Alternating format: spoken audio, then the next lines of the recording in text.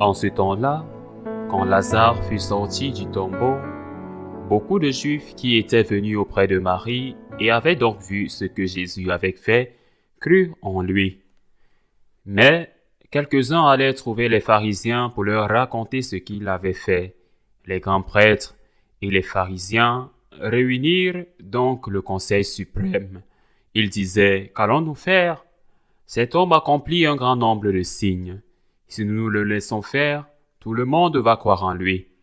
Et les Romains viendront détruire notre lieu saint et notre nation. » Alors, l'un d'entre eux, Caïphe, qui était grand prêtre cette année-là, leur dit: « Vous n'y comprenez rien.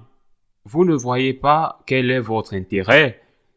Il vaut mieux qu'un seul homme meure pour le peuple et que l'ensemble de la nation ne périsse pas. » Ce qu'il disait là ne venait pas de lui-même, mais, étant grand prêtre, cette année-là, il prophétisa que Jésus allait mourir pour la nation.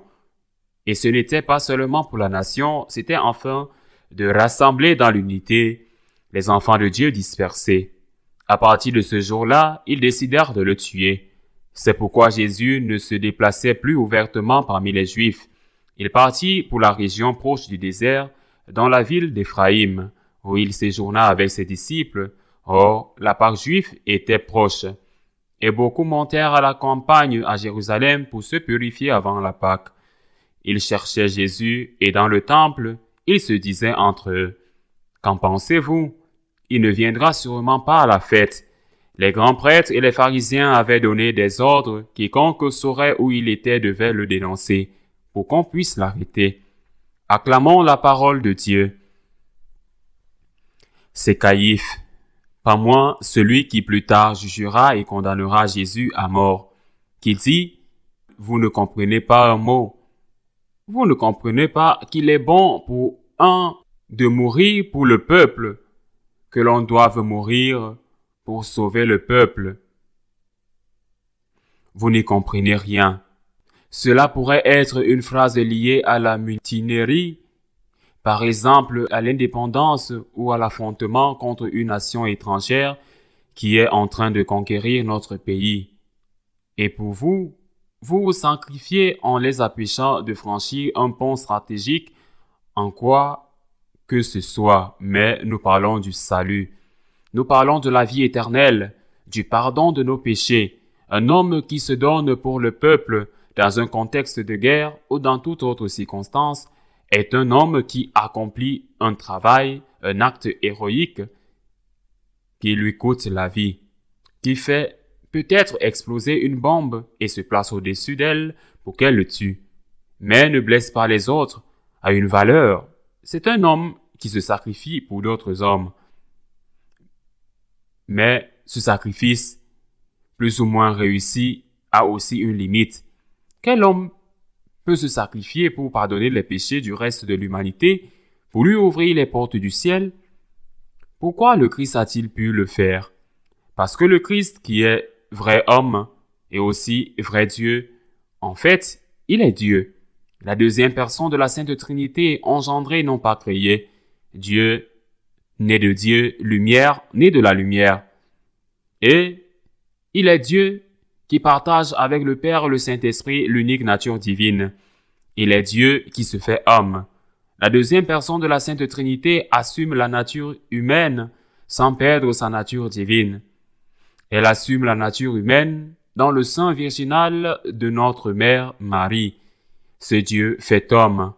Il va se sacrifier en tant qu'homme, mais lui étant Dieu, fait en sorte que ce sacrifice ait un effet rédempteur sur nous tous. Un sacrifice est naturel qui sera reçu par ceux qui veulent le recevoir. Ce n'est pas que le Seigneur t'impose le salut, disait saint Augustin. Dieu qui t'a créé sans toi ne peut pas te sauver sans toi. Si tu ne veux pas être sauvé, tu ne seras pas sauvé. Le salut est un don comme tout autre don. Celui qui te donne le don ne te force pas à l'accepter.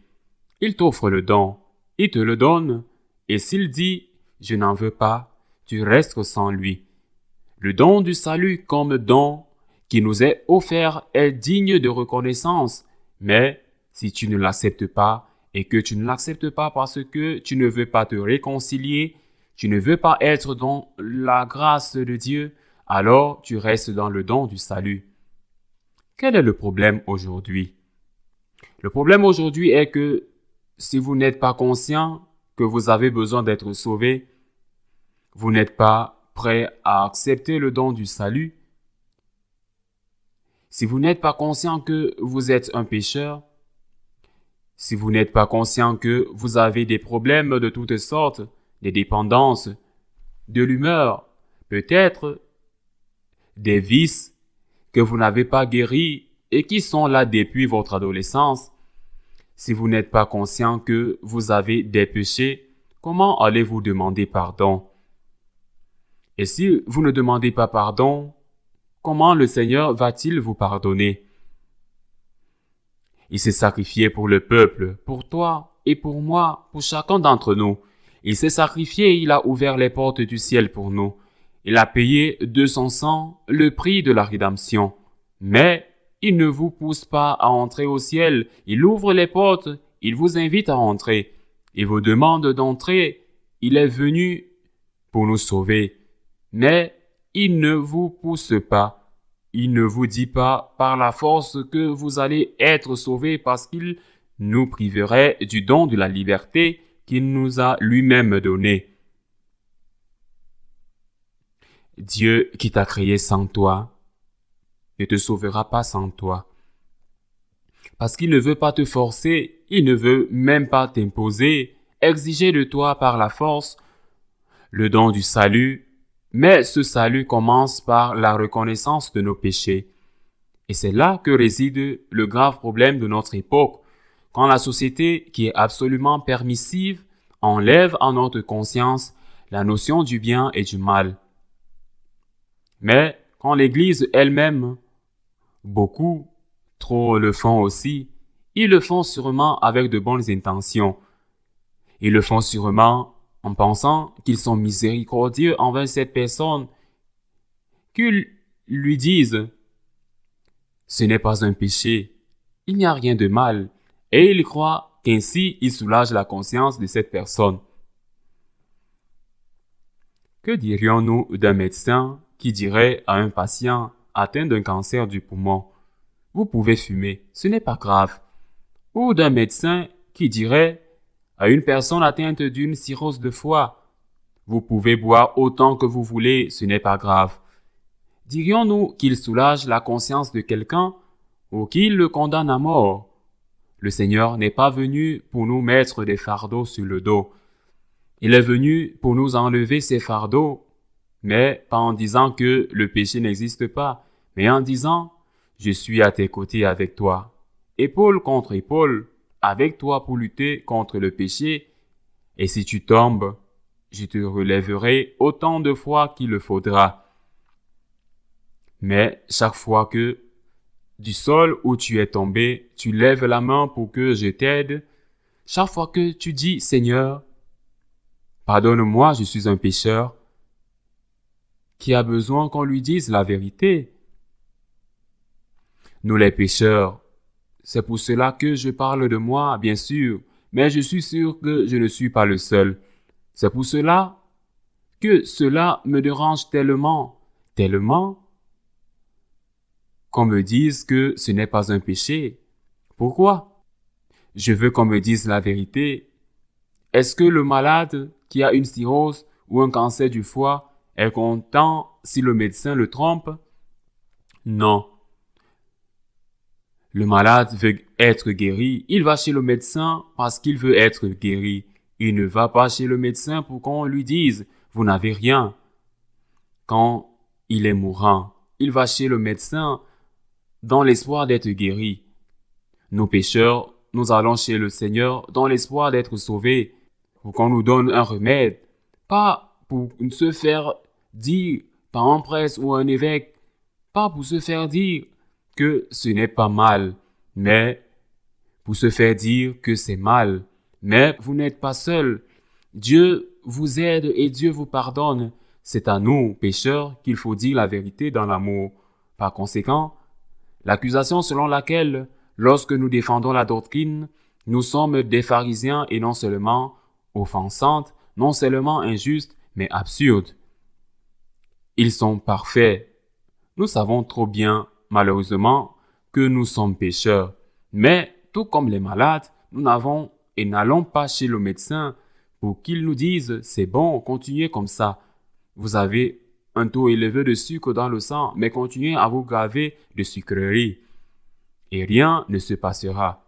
Alors, vous deviendrez aveugle. Alors, vous aurez peut-être des problèmes de circulation. Alors, ils devront peut-être vous couper une jambe.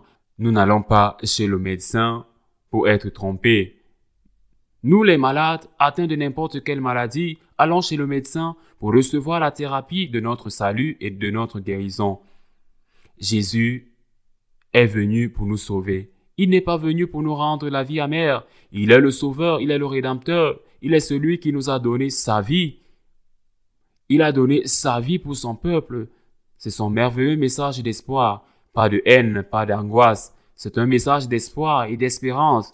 Vous avez la guérison, vous avez le salut. Il y a le pardon de vos péchés. La vie éternelle vous attend.